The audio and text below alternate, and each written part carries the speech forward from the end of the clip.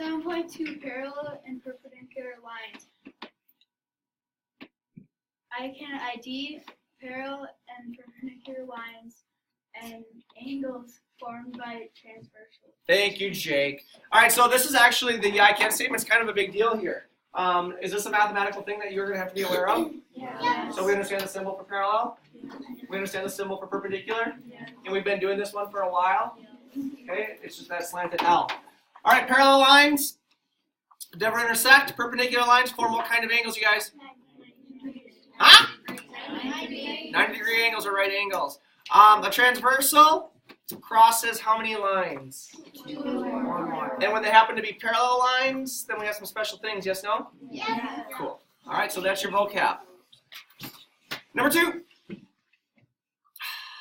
Is it important on a diagram like number 4, is it important that you know that line A, or actually in this case, segment A and segment B are parallel? Yes. Okay, it's very important that you know that. And then when you have that transversal, then you automatically know we have some special rules in place. Okay, so as we talked about in number 5, if you have this situation in which you have parallel lines cut by a transversal, all acute angles are? Okay, that would be, remember, this is not my video, this is your video, so when I ask a question like that, I kind of want you all to participate here. So let's do that again. All acute angles are? And all obtuse angles are? And if you add an acute and obtuse together, you're going to get a? Supplementary add up to 180, right? Okay, and then vertical angles. Vertical angles are always what? What's that? Vertical angles are always congruent. So we got 1, 4, 2, 3 congruent, 5, 8, 6, 7 congruent. Okay, we cool with these?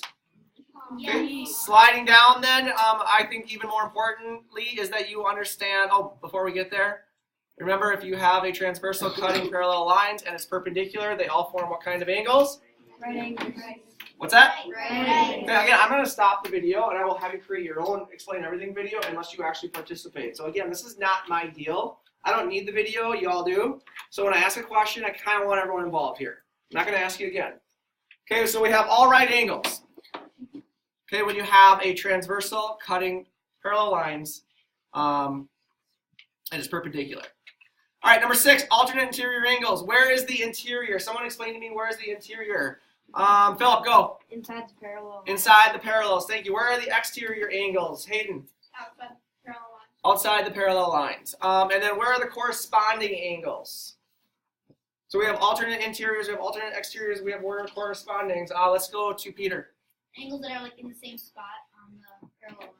On the parallel line. So is angle 1 and angle 5 in the same spot? Yes. Good. Would angle 7 and angle 3 be in the same spot? Yes. Cool. All right. So when we have alternate interior angles, they're on the inside of the parallel. And what are they alternating?